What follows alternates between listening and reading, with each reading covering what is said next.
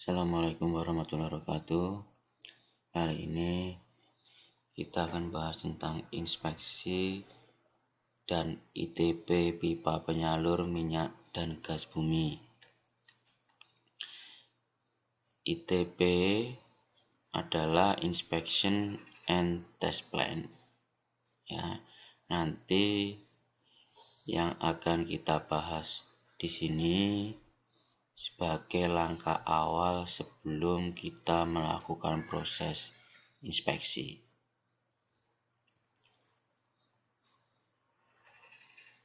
Apa yang dimaksud dengan pipa penyalur? Pipa penyalur adalah pipa yang menyalurkan minyak dan atau gas bumi yang meliputi pipa alir sumur, pipa transmisi minyak, pipa transmisi migas, pipa induk, dan pipa servis. Pipa alir sumur adalah pipa yang menyalurkan minyak dan atau gas bumi dari kepala sumur ke stasiun pengumpul. Pipa transmisi minyak adalah pipa yang menyalurkan minyak bumi dari stasiun pengumpul ke pengolahan dan dari tempat pengolahan ke depot dan dari depot ke depot atau dari depot ke pelabuhan atau sebaliknya. Nah, untuk pipa alir sumur tadi kan dijelaskan kalau dari kepala sumur ke stasiun pengumpul. Berarti objek awal yang diinspeksi yaitu mulai dari kepala sumur ya ke stasiun pengumpul. Nah, itu termasuk salah satu kategori pipa menyalur dan salah satu jalur pipa yang Anda inspeksi. Nah, sebelum pipa alir sumur itu ada yang namanya cubing. Ya. Cubing itu adalah pipa ya dari sumur ya menuju ke kepala sumur. Itu adalah cubing ya. Dan itu bukan ruang lingkup dari inspektur pipa penyalur. Tetapi itu ruang lingkup dari proses drilling. Nah, kita awal mulanya itu dari kepala sumur. Nah, kemudian pipa transmisi minyak itu menyalurkan minyak bumi dari stasiun pengumpul ke pengolahan.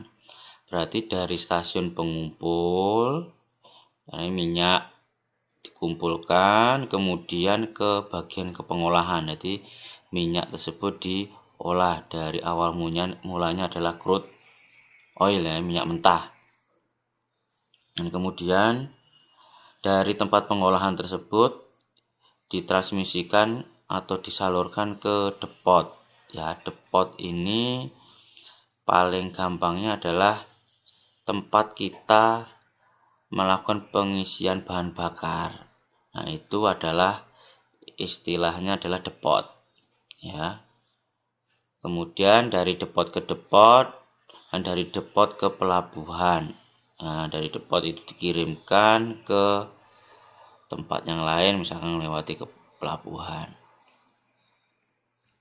Kemudian pipa transmisi gas, yaitu pipa yang menyalurkan gas bumi dari stasiun pengumpul ke sistem meter pengukur dan pengatur tekanan dan atau ke pelanggan besar. Nah, ini dari stasiun pengumpul sama halnya tadi pipa transmisi minyak ya. Di situ berarti di stasiun pengumpul itu nanti ada dua jenis, yaitu untuk minyak dan gas. Nah, di sini untuk gas nanti akan melewati ke sistem meter pengukur dan pengatur tekanan ya. Jadi sebelum distribusikan ke pelanggan besar. Jadi harus diukur dan diatur tekanan yang ada di dalam pipa. Kemudian pipa induk adalah pipa yang menyalurkan gas bumi ya dari sistem meter pengukur dan pengatur tekanan sampai pipa servis atau pipa layanan. Itu adalah pipa induk. Di sistem seperti hanya kita tahu kayak PDAM ya. PDAM kan di pusatnya nanti diatur berapa sih tekanan yang akan diberikan ke pipa servis ya atau pipa utamanya ya sebelum sampai ke meter pengukur pipa pelanggan ya. Jadi kita itu adalah pelanggan. Kemudian pipa servis adalah pipa yang dipasang dalam pipa persil pelanggan yang menghubungkan pipa induk sampai ke inlet pengatur tekanan meter pelanggan. Jadi pipa servis ini pipa yang dipasang dalam pipa persil. Berarti dari pipa induk, pipa utama itu ada cabangnya masuk ke pelanggan, mau masuk ke pelanggan, tapi sebelum meteran pelanggan tersebut. Jadi dari pipa utama dicabang menuju ke rumah pelanggan, tetapi dia belum masuk ke pengukur atau pengatur tekanan meterannya pelanggan tersebut. Nah, itu adalah pipa servis ya.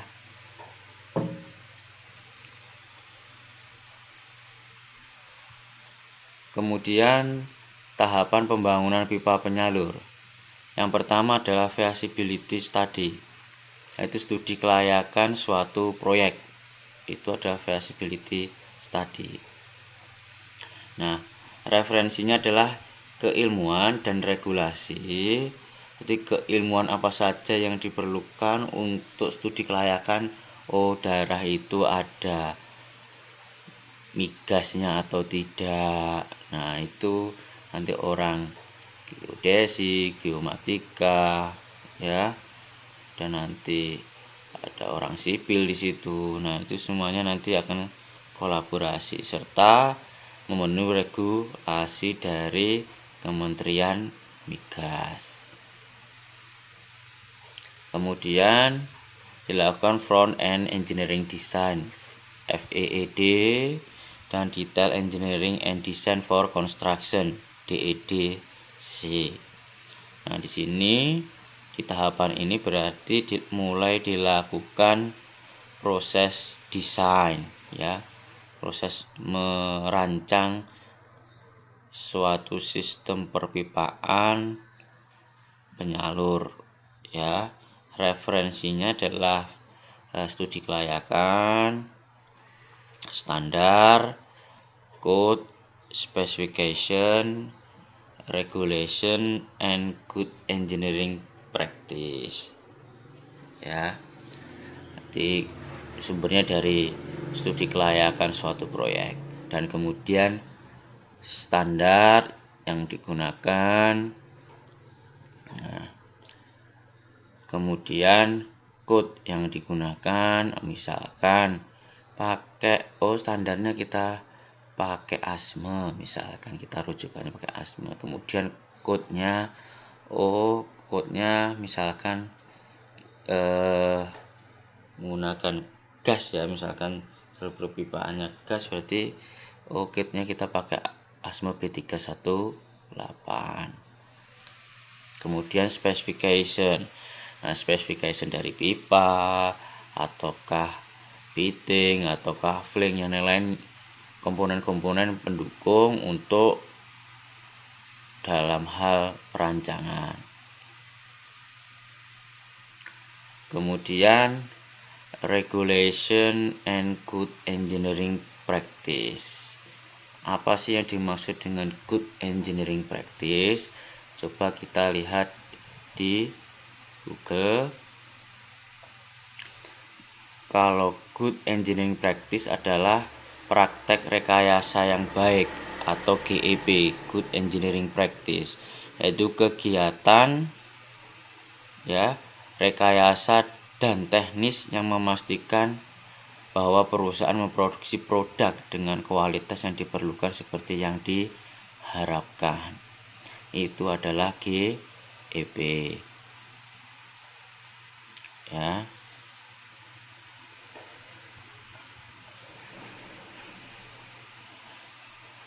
Kemudian selanjutnya adalah construction and installation.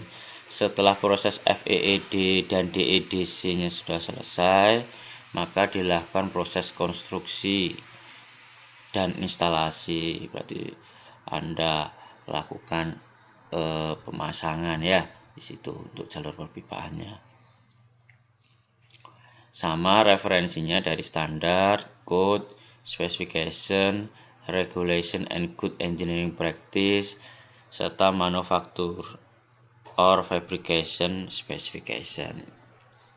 Jadi jikalau ada spesifikasi tambahan di luar code and standard, misalkan manufaktur atau fabrikasi memiliki, bisa diterapkan di konstruksi dan instalasi. Jadi manufaktur dan fabrikasi memiliki spesifikasi sendiri ya. Tapi semuanya itu rujukannya dari code standar. Kemudian yang terakhir adalah operation and maintenance. Ya, proses pengoperasian pipa penyalur, kemudian proses maintenance, proses perawatan selama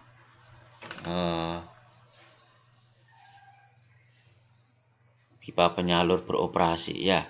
Jadi harus tetap dilakukan maintenance.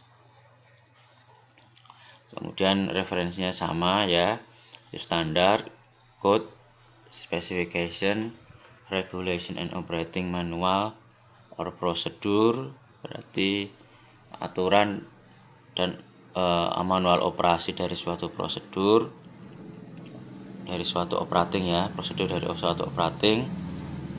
Kemudian prosedur perbaikan jikalau ada perbaikan, prosedur modifikasi jikalau ada modifikasi jalur perpipaan, kemudian prosedur alteration yaitu jikalau jalur perpipaan Anda ada perubahan. Nah, semuanya ini harus dilakukan proses inspeksi dari mulai feasibility sampai maintenance. Itu adalah tanggung jawab dari seorang inspektur pipa penyalur untuk melakukan inspeksi dari mulai dokumen-dokumennya. Ya, itu adalah tanggung jawab seorang inspektur pipa penyalur. Nah, inspektur pipa penyalur adalah individu yang memiliki kualifikasi untuk memantau, menilai, mengevaluasi, memverifikasi, mendiskusikan, memutuskan, mengatasi, melaporkan, dan mendokumentasikan konstruksi pipa untuk memastikan persyaratan desain, gambar, spesifikasi, peraturan, dan praktek-praktek industri dipenuhi dengan aman, efisien, dan dengan cara ramah lingkungan. Jadi tujuan utama dari proses inspeksi adalah safety, yaitu adalah keamanan. Nah, sebagai seorang inspektur pipa penyalur, Anda bertugas untuk memastikan persyaratan desain. Ya, persyaratan desain sudah dikatakan tadi, dokumen-dokumen dari proses feasibility ya. itu harus Anda persiapkan, kemudian harus Anda cek, kemudian gambar dari FEED, gambar dari DEDC itu harus Anda inspeksi, harus Anda verifikasi ya. Kemudian spesifikasi dari pipa dan komponen lainnya itu harus Anda verifikasi. Kemudian peraturan-peraturan yang berhubungan dengan dari desain, dari pemasangan sampai ke maintenance, peraturan-peraturan itu harus Anda verifikasi benar atau tidak ya. Kemudian praktek-praktek industri dipenuhi. Nah, misalkan di situ industri sudah melakukan proses maintenance atau gimana, itu harus memenuhi prosedur ya, itu harus benar-benar Anda cek. Berarti seorang inspektur pipa penyalur tidak hanya Anda menginspeksi setelah sistem sudah jadi atau sudah diinstalasi, tetapi tanggung jawabnya Anda mulai dari sebelum mendesain. Berarti proses studi kelayakan tadi itu sudah mulai tanggung jawab Anda untuk menginspeksi. Kemudian proses pemasangan ya atau instalasi itu merupakan tanggung jawab Anda.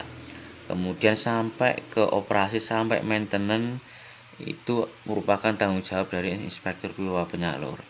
Berarti benar harus Anda kerjakan. Jadi awal mula dari feasibility sampai ke maintenance itu adalah tanggung jawab inspektur pipa penyalur.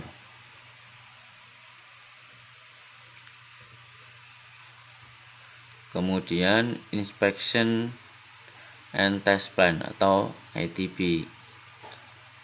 Inspection and test plan atau ITP adalah dokumen yang dibuat oleh produsen atau subkontraktor atau kontraktor untuk menjelaskan persyaratan minimum dari kegiatan pengendalian mutu.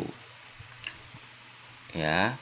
Kemudian item ITP selama tahap fabrikasi dan atau konstruksi. Persyaratan minimum dari kegiatan pengendalian mutu, berarti ini berhubungan dengan suatu kriteria penerimaan.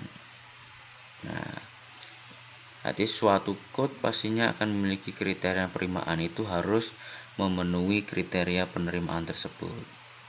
Kemudian item ITP selama tahap fabrikasi dan atau konstruksi. Nah, itu harus jelas tahapannya ya. Kemudian dokumen referensi. Dokumen referensinya apa saja? Apakah itu dari kode ataukah dari standar ataukah ada SOP dan lain-lain. Itu harus jelas. Kemudian kriteria penerimaan yang disyaratkan memenuhi atau tidak, itu harus jelas. Berasal dari kode apa, itu harus jelas. Kemudian sertifikasi atau memverifikasi dokumen. Nah, misalkan di situ yang bertugas untuk menginspeksi, misalkan pipa Anda perlu diinspeksi non-destructive examination. Jadi seorang non-destructive examiner harus memiliki dokumen sertifikasi kalau orang tersebut diperbolehkan untuk melakukan inspeksi ya,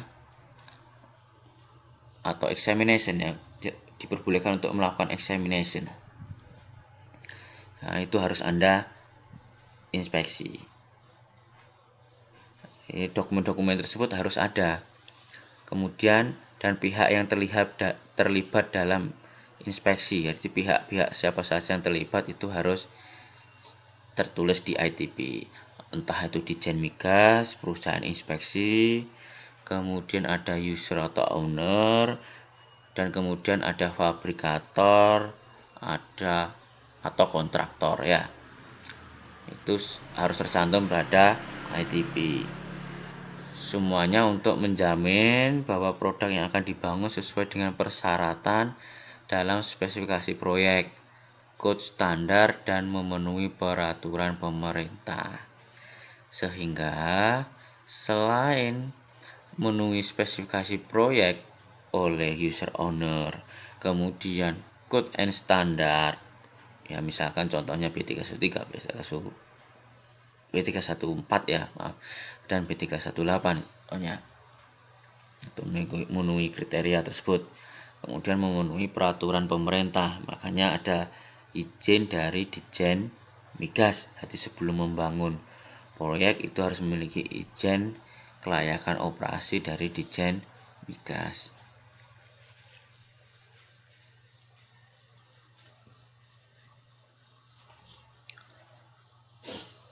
Kemudian, nah ini sudah saya jelaskan tadi tentang ITB. Kemudian kontraktor atau produsen atau subkontraktor wajib menyiapkan secara rinci dalam ITB yang menunjukkan tingkat inspeksi. Berarti di ITB harus jelas tingkat inspeksinya, yaitu spot witness, hold point, dan lain-lain. Itu harus jelas. Kemudian berdasarkan definisi dari user owner, ya owner user, ya ITB harus mencakup persyaratan witness atau kehadiran dari pemilik atau owner, ya, atau pihak ketiga yang ditunjuk atau pihak yang berwenang. Pihak ketiga ini biasanya adalah perusahaan jasa inspeksi. Kemudian manufaktur atau subkontraktor wajib menyampaikan ITB berdasarkan dokumen persyaratan ITB untuk mendapatkan review dan persetujuan dari kontraktor dan atau pemilik, khususnya persetujuan dari pemilik atau user owner, ya. Nanti ya, persetujuan dari user owner. Kalau kontraktor, subkontraktor, manufaktur biasanya ini membantu untuk menyiapkan dokumen tersebut. Nah, nanti di dokumen ITB tersebut biasanya ditandatangani oleh user owner dan perusahaan jasa inspeksi. Misalkan perusahaan jasa inspeksi tersebut menjadi pihak ketiga, ya. Nah, kemudian kontraktor nanti per halaman dari ITB tersebut akan dilakukan proses paraf, biasanya sebelum ditandatangani oleh user owner ataukah perusahaan jasa inspeksi. Kadang user owner memiliki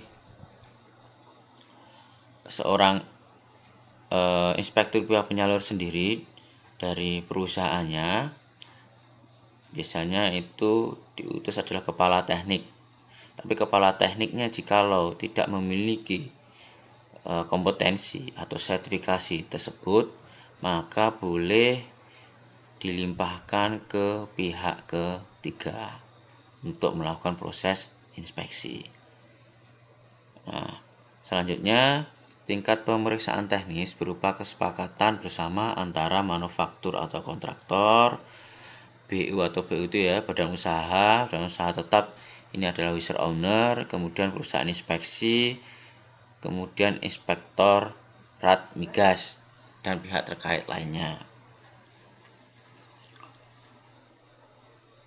Nah, di sini yang pertama adalah tingkat pemeriksaan teknis berupa dokumentary simbol, yaitu approve point, yaitu dokumen, gambar, atau tahap pengerjaan yang wajib setujui lebih dahulu sebelum melanjutkan pekerjaan. Itu adalah approve point. Kemudian verification point, yaitu dokumen, gambar, atau laporan tahap pekerjaan wajib disampaikan untuk mendapat tanggapan. Itu adalah verification point. Kemudian review point, yaitu dokumen, gambar, atau laporan tahap pekerjaan yang disampaikan untuk mendapat tanggapan. Nah, itu adalah bedanya approve point, verification point, dan review point.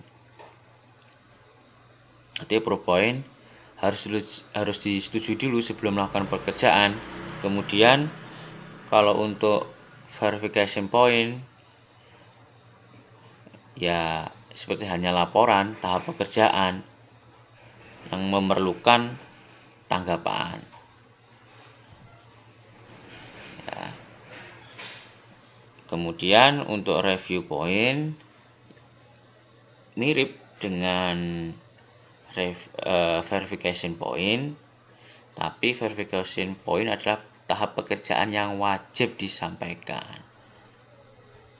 Kalau review point ya sebenarnya tidak wajib, tapi perlu kita sampaikan untuk mendapatkan tanggapan. Kemudian inspection level, hold point, ya, inspeksi saat konstruksi atau fabrikasi, di mana inspeksi, pengukuran atau tes wajib dilakukan di tempat dan wajib dihadiri oleh pemilik, inspektur, migas, dan atau pihak ketiga yang ditunjuk. Ya, biasanya itu adalah perusahaan inspeksi. Kemudian witness point, yaitu inspeksi saat konstruksi atau fabrikasi, di mana inspeksi, pengukuran atau tes wajib dilakukan di tempat dan didokumentasikan. Ya, itu adalah witness point. Berarti wajib dilakukan di tempat. Kalau spot witness point, bila inspektur tidak datang inspeksi, pekerjaan dapat diteruskan namun laporan inspeksi tetap wajib dibuat. Berarti seorang inspektur tidak wajib datang, tetapi pekerjaannya untuk proses inspeksi bisa diteruskan, tapi laporannya harus tetap dibuat. Kalau witness point pasti laporannya dibuat, ya. Itu untuk spot witness point. Nah, kemudian ini adalah salah satu contoh ITP, Inspection and Test Plan, dari suatu perusahaan. Mungkin dari setiap perusahaan, ya, ataukah instansi lain memiliki template yang berbeda, tapi gambarannya seperti ini. Untuk installation pipeline atau pipa penyalur. Nah, template-nya bisa Anda lihat di sini, bisa melingkupi dari user owner, kemudian dari perusahaan inspeksi. Nah, kemudian kita lihat di sini apa yang perlu Anda isi, yaitu proyeknya apa namanya, kemudian perusahaannya apa ya untuk owner usernya, kemudian perusahaan inspeksinya siapa Anda tertulis di sini, kemudian lokasi jalur perpipaan Anda tertulis di sini. Ya. Kemudian legend responsibility, yaitu tanggung jawab, ya. Ada F, U, PI, dan M. F ini adalah fabrikator atau kontraktor, U adalah owner atau user, PI adalah PT inspeksi atau perusahaan inspeksinya. apa, kemudian M adalah Ditjen Migas. Nah, kemudian ada legend activity, ya. R adalah review, ya. Kemudian SW adalah spot witness, W adalah witness. Yang belum ada tadi apa? P, yaitu provide, menyediakan. Berarti bertugas untuk menyediakan. Ya.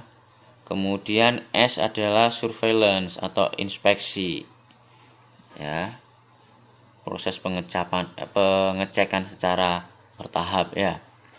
Kemudian V adalah verify, verifikasi. Kemudian H ada hold point, ya. Kemudian AR adalah approve request, requirement, ya. Membutuhkan persetujuan. Kemudian di kolom sini ada number atau nomornya berapa, ya. Nah, ini satunya adalah activity, kemudian reference dokumen, verified dokumen, dokumen yang diverifikasi, ini dokumen referensi, ya. Kemudian acceptance kriterianya dari mana sumbernya, kemudian scope of inspection ini diisi responsibility dari setiap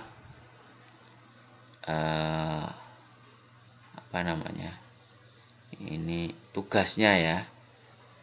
Apa tugas fabrikator, user owner, perusahaan inspeksi sama Ditjen Migas. Nah, di sini aktivitasnya apa saja? Yang pertama ini menyiapkan dokumen. Ya, menyiapkan dokumen pun disubkan menjadi beberapa nomor. Nah, ini sangat banyak sekali. Nah, ini contohnya approval design of installation pipeline. Jadi dokumen ini merupakan tahapan kegiatan, ya.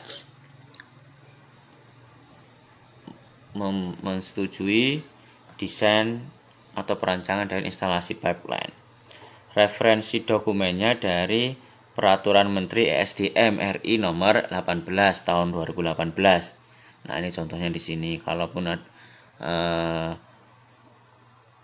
Anda bisa lihat di sini. Kalaupun nanti suatu saat ada pembaruan, ya Anda rubah referensi dokumennya. Kemudian dokumen yang diverifikasi yaitu desain yang di-approve, ya, yang disetujui oleh owner user, termasuk hasil dari review desainnya, ya. Kemudian acceptance kriterianya juga dari situ. Design approval by owner user including result of design review. Nah, approval design tadi fabrikator tidak bertugas, ya, tetapi yang bertugas di sini adalah user owner. Jadi dia tugasnya adalah menyediakan, provide, ya. Kemudian R, review, perusahaan inspeksi. Jadi tugas Anda sebagai inspektur pipa penyalur. R, mereview, berarti Anda mereview dokumen persetujuan untuk perancangan instalasi pipa penyalur. Nah, itu adalah tugas Anda, sudah memulai untuk bekerja. Nah, kemudian selanjutnya ada QA dan QC prosedur, ya, procedure. Referensinya dari owner spec, ya, ini sumbernya owner memiliki spesifikasi sendiri. Kemudian application code, ya, code yang diterapkan. Kemudian dokumen yang diverifikasi adalah QA manual, QC procedure. Kemudian acceptance kriterianya yaitu QA manual serta QC procedure. Nah, perusahaan fabrikator di sini yang bertugas untuk menyediakan dokumen tersebut, ya, provide, ya. Kemudian user owner bertugas untuk memberikan persetujuan, ya, mengapprove. Kemudian PI perusahaan inspeksi tetap melakukan review. Nah, di sini. Nah, selanjutnya ada construction and installation procedure.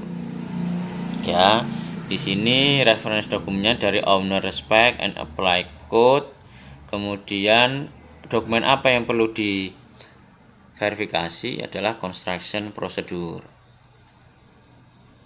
Kemudian selanjutnya acceptance kriterianya bisa berasal dari owner spec dan SNI 3474. Ya, kemudian bisa berasal dari ASME B318. Nah, di sini bisa kita lihat ada owner spec dan SNI 3474. SNI 3474 ini sama dengan ASME B318. Ini ruang lingkupnya adalah transmisi dan distribusi gas. Ya, sama. Nah, namun yang SNI ini berasal dari Indonesia. Berarti sebelum kita menggunakan code, ya, di luar dari Indonesia, diutamakan kita menggunakan code yang dari Indonesia dahulu karena kita hidup di Indonesia. Sehingga yang diutamakan adalah SNI 3474. Kemudian baru kita masukkan referensi lain yaitu ASME B318. Nah, kemudian selanjutnya ada dasar desain, ya. Ada banyak dokumen dari pipeline routing, ya. Kemudian karakteristik dari fluida, kemudian pemilihan material, temperatur atau pressure, kemudian wall thickness calculation, kemudian jikalau ada pipeline expansion, kemudian free span assessment, ya, kemudian ada crossing design, ada trenching assessment, berarti ada penilaian dari parit, ya, artikan penanaman pipa di pipeline itu ada paritnya dimasukkan ke trench. Kemudian ada peak launcher, kemudian ada fling calculation, kemudian ada T-joint valve dan lain-lain. Berarti nanti perlu diverifikasi dari desain dokumennya. Dan acceptance kriterianya sama dari owner spec, SNI 3474 dan ASME B318. Semuanya ini disediakan oleh fabrikator. Kemudian dibantu untuk penyediaannya oleh user owner, dan nanti dokumen tersebut di-approve oleh user owner tersebut, dan perusahaan inspeksi bertugas untuk mereview dokumen tersebut. Kemudian ada pipeline drawing, ya. Berarti dokumen yang diperlu verifikasi ya gambarnya, ya. Kemudian ada WPS, PGR, and welder certificate. Berarti perlu Anda verifikasi sertifikat dari seorang welder, ya. Kemudian Anda verifikasi WPS dan PGR-nya. Itu perlu Anda verifikasi. Nah, itu Anda bisa verifikasi menggunakan acceptance kriteria dari owner spec dan EPS 1104. Ini adalah untuk pengelasan pada pipa penyalur atau pipeline. Tapi boleh Anda menggunakan ASME Section 9 boleh, tapi Anda menggunakan IPS 1104 juga boleh. Nah, kalau ASME Section 9 kan memang khusus untuk bejana tekan, ya, untuk silinder bertekanan, ya. Pipa itu juga merupakan silinder bertekanan, jadi bisa kita menggunakan kode dari ASME Section 9 untuk kriteria penerimaan. Jikalau Anda sudah menggunakan kriteria penerimaan dari IPS 1104, maka kriterianya pengelasan nanti juga harus bersumber dari situ. Ya, kalau Anda menggunakan ASME Section 9, ya Anda menggunakan dari ASME Section 9. Kemudian ada NDT prosedur and NDT personal certificate. Berarti harus menyediakan dokumen tersebut oleh fabrikator. Ya. Nanti direview oleh user owner, juga ikut mereview, perusahaan inspeksi juga turut mereview. Ya. Dari hasil pengelasan, kemudian selama proses pengujian, prosedur pengujian, itu dokumennya harus diverifikasi. Nah, di sini untuk NDE dilakukan oleh non-destructive examiner, ya, personel. Ya. Examiner menurut IPL 570 itu merupakan personel yang bertugas untuk melakukan penilaian dan pengujian terhadap jenis pengujian non-destruktif. Itu menurut IPL 570 adalah non-destructive examination. Kalau menurut IPL 570 testing itu adalah merupakan pengujian pada jenis destruktif testing, ya, itu pengujian merusak. Ya, kalau NDE Anda kenal biasanya ada liquid penetran, kemudian ada magnetik, kemudian ada ultrasonik, ada radiografi, itu adalah jenis non-destruktif. Kalau destruktif Anda kenal ada hardness atau kekerasan, ada tensil, ada bending, ada impact dan lain-lain. Ya. Kemudian ada repair prosedur, ada hidrostatik test, ya, prosedur, berarti pipanya tes prosedurnya harus jelas, ya. Kemudian safety device and instrument system. Nah, seorang piping inspector, seorang inspektur pipa penyalur, selain kita melakukan proses inspeksi di jalur pipa, kita juga mempelajari tentang safety device, ya. Itu menurut IPL 570. Ya, tidak hanya pipa saja, tapi safety device-nya juga ruang lingkup dari inspektur pipa penyalur atau piping inspector, ya. Piping inspector ataukah piping inspector. Kemudian environmental protection and control system, berarti AMDAL report, berarti dokumen lingkungan, ya. Dokumen lingkungan, acceptance kriterianya dari mana? Dari dokumen yang disetujui oleh Kementerian Lingkungan Hidup atau pemerintah. Berarti harus memenuhi kriteria dari Kementerian Lingkungan Hidup. Kemudian dari kontrol sistem untuk korosi, ya, itu harus jelas, ya. Kemudian operation and maintenance prosedur, nah itu harus jelas karena prosesnya itu sampai ke maintenance, ya.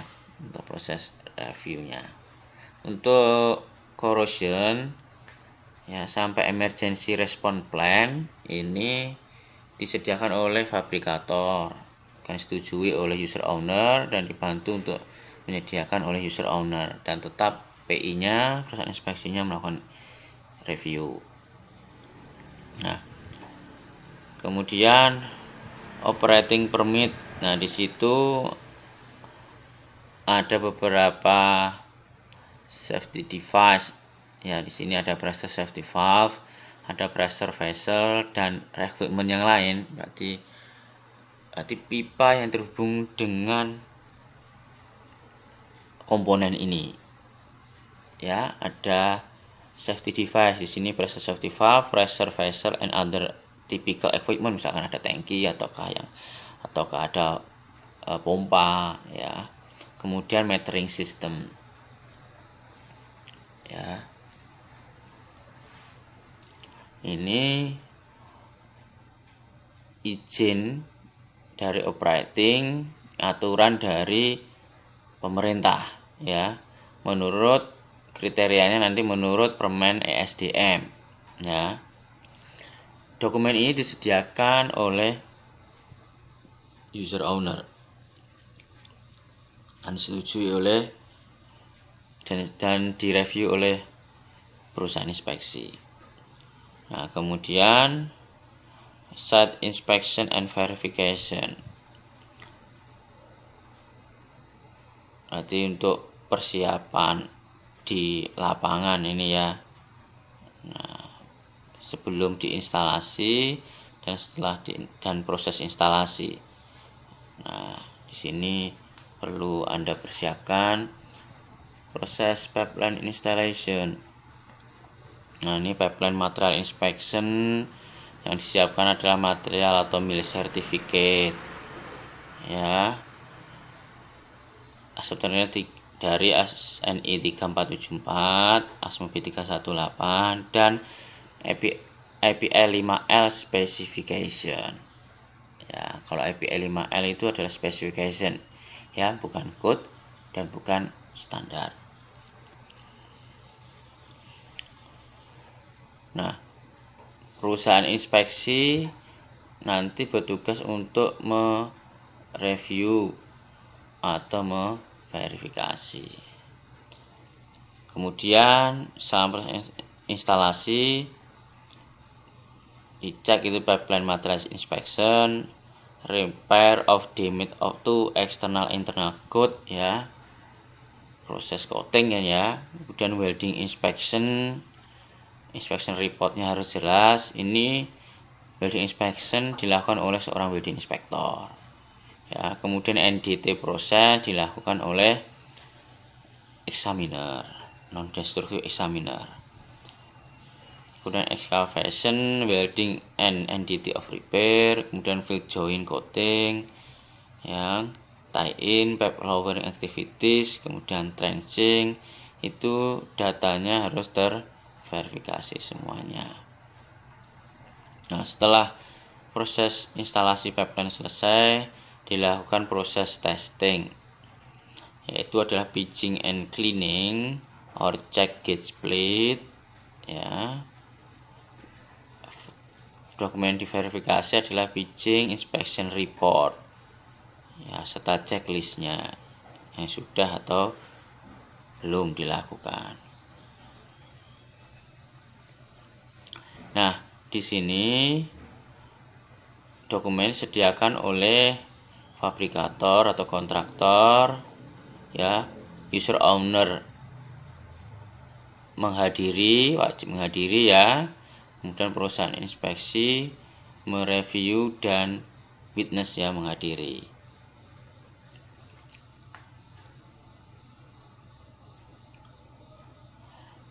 Nah, untuk kegiatan installation tadi, PI selain mereview, dia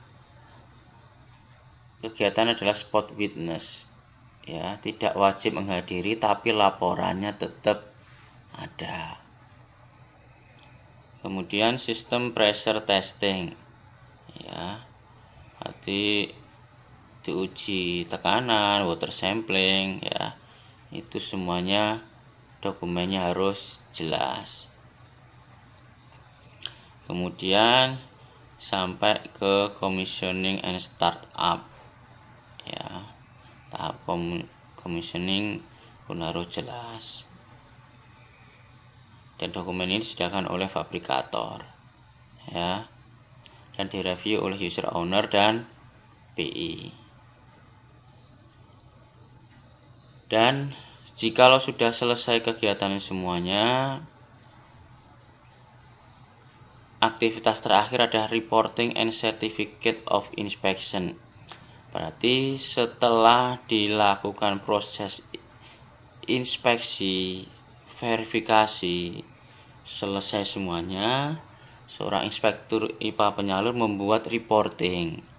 Nah, reporting itu Anda sebagai inspektur pipa penyalur menandatangani dokumen reporting tersebut. Nah, dokumen reporting tersebut kemudian Anda meminta persetujuan ke user owner ya untuk menerbitkan certificate of inspection. Di sini bisa Anda lihat yang menyetujui adalah user owner. Ya. Reporting dan data-data semuanya dalam proses inspeksi yang menyediakan adalah perusahaan inspeksi. Nah, selanjutnya user owner menandatangani ITP, kemudian inspection company pun menandatangani di sini. Setuju kalau scope on inspection-nya dilakukan sesuai responsibility-nya. Harus benar-benar dilaksanakan dan disahkan oleh user owner dan perusahaan inspeksi. Ya. Nah, itu adalah penjelasan dari ITP. Oke, sekian dulu. Terima kasih. Assalamualaikum warahmatullahi wabarakatuh.